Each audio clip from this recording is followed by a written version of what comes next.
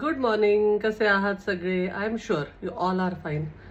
Thank you very much for all the love. माझ्या वाढदिवसाकरता 2-3 दिवसापासून शुभेच्छा यायला सुरुवात झाली आहे. मी सगळ्यांना थँक्यू म्हणू इच्छिते. फेसबुकवर मी खूप नवीन फ्रेंड्स ॲड केल्या आहेत. ॲक्च्युली मला खूप लोकांचा मेसेज आला की आम्ही तुला रिप्लाय करू शकत नाही आहे किंवा तुझी स्टोरी पूर्ण दिसत नाही आहे, म्हणून मी फ्रेंडशिप किंवा ते एक्सेप्ट केलं आहे. जे रिक्वेस्ट होती ती. खूप लोक मला फोन करतायत. प्लीज मला फोन करू नका. मेसेंजरवरनं तर मुळीच कॉल करू नका आणि मेसेजेसचा रिप्लाय पण द्यायला मला वेळ नाही आहे आणि त्यात माझा इगो किंवा ॲटिट्यूड नाही आहे. मी नवीन लोकांशी फार बोलत नाही. असं चुकीचा गैरसमज कोणाचा होऊ नये फक्त. हा माझा ॲटिट्यूड किंवा इगो नाही. खूप नवीन लोक ॲड झाले आहेत. त्यांना ती स्टोरी फक्त दिसावी किंवा कळावी म्हणून मी ॲड केला आहे. मी गेल्या अनेक वर्षात फेसबुक फ्रेंड्स बनवलेले नाही आहे. कोणाला नवीन लोकांच्या एक्सेप्ट केल्या नाही. मला फार कळत पण नाही त्यातलं. मी टेक्नो सॅव्ही पण नाही आहे. त्याच्यामुळे कोणाचा अपमान होत असेल किंवा कोणाला वाईट वाटत असेल तर त्याच्याकरता सॉरी.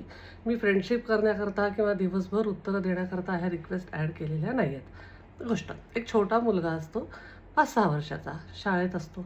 त्याची टीचर एक दिवस त्याला विचारते की बाळा, समजा मी तुला 2 आंबे आणि 2 आंबे दिले तर तुझ्याकडे किती आंबे होतील? तो म्हणतो 5. टीचरला काही कळत नाही. ती पुन्हा त्याला शांतपणे विचारते की 2 आंबे आणि 2 आंबे मी तुला दिले तर तुझ्याकडे किती आंबे होतील? तो म्हणतो 5.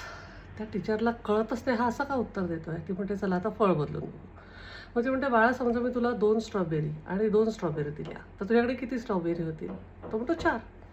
टीचर विचार करते हा मुलगा डंब होता नाही आहे, मग अशी का उत्तरं देतोय. पुन्हा त्याला विचारते 2 आंबे आणि 2 आंबे मी तुला दिले तर तुझ्याकडे किती आंबे होतील बाळा? तो म्हणतो 5. ती टीचर म्हणते तुला गणित येतं, 2 आणि 2 4 येतं, मग तू असं 5 का म्हणतोय? तो म्हणतो टीचर, कारण ऑलरेडी माझ्या बॅगमध्ये एक आंबा आहे. आईने मला दिला होता पण मला आवडत नाही म्हणून मी खाल्ला नाही. तर 2 + 2 + 1 = 5. टेक्निकली टीचर बरोबर होती. प्रॅक्टिकली तो मुलगा बरोबर होता. आपण आपल्या लाईफमध्ये खूपदा असं करतो का की खूप टेक्निकल आणि प्रॅक्टिकल गोष्टींमध्ये गडबड करतो का? खूपदा कामाचं जरी असलं तरी ते बरोबर असतं असं नाही आणि जे बरोबर अचूक असलं तरी ते कामाचं असतं असं नाही. त्याच्यावरही मी गोष्ट सांगेन. आपण खूप लवकर जजमेंटल होतो का? प्रत्येकाचा आपला आपला पर्स्पेक्टिव्ह असतो. प्रत्येकजण आपले आपले अनुभव घेऊन आपल्या आपल्या लढाया लढत असतो.